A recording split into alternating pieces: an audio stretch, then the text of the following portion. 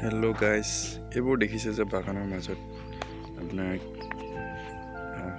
হালধীয়া এইবোৰ লগাই থৈছে যে এইবোৰ এইবোৰ আচলতে টিৰপাল হয়। এইবোৰ কিয় লগাই থৈছে এইটো মই আপোনাক কৈ দিছোঁ। আৰু বাগানখনৰ চবতে লগাই থকা আছে, আমাৰ ওচৰৰ বাগান। এইটো যিহেতু বাগানত যিবোৰ পোক পৰুৱা এতিয়া এইটো ছিজনত হ'ব, সেইটো কাৰণে ধূলি চুলিবোৰ ইয়াত উৰি অহা যিমান আছে চব লাগি যাব। কৰি দেখাইছোঁ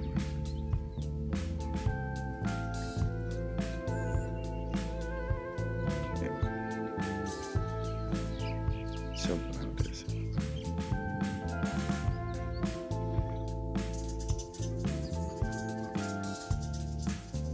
এইবোৰ লগাই থৈছে, ঢেৰ লগাই থৈছে বাগানৰ মাজত।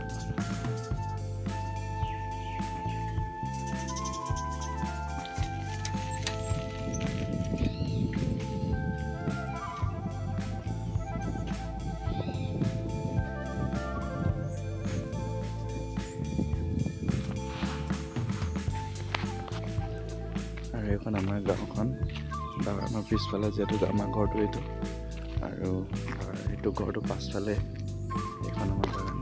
আমাৰ বাগান নহয়, যিহেতু এখন কোম্পানীৰ বাগান হয়। তাতে ধুনীয়া ৰাস্তা আছে একদম বাগানৰ মাজে মাজে। বাগানৰ মানুহবোৰ কাম কৰি আছে, তাত কাম কৰি আছে। আৰু যিহেতু এই প্লাষ্টিকৰ যিবোৰ হালধীয়া য়েল্ল' কালাৰ দেখিছে, য়েল্ল' কালাৰ যিবোৰ দেখিছে সেইবোৰ চাফা কৰিবৰ কাৰণে আহিছে এতিয়া বৰ্তমান কাম কৰা মানুহ।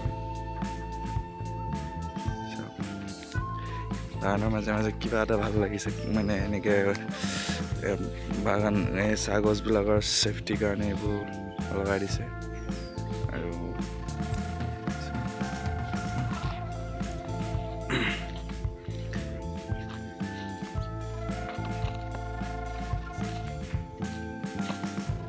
ৰাস্তাটো চাওক,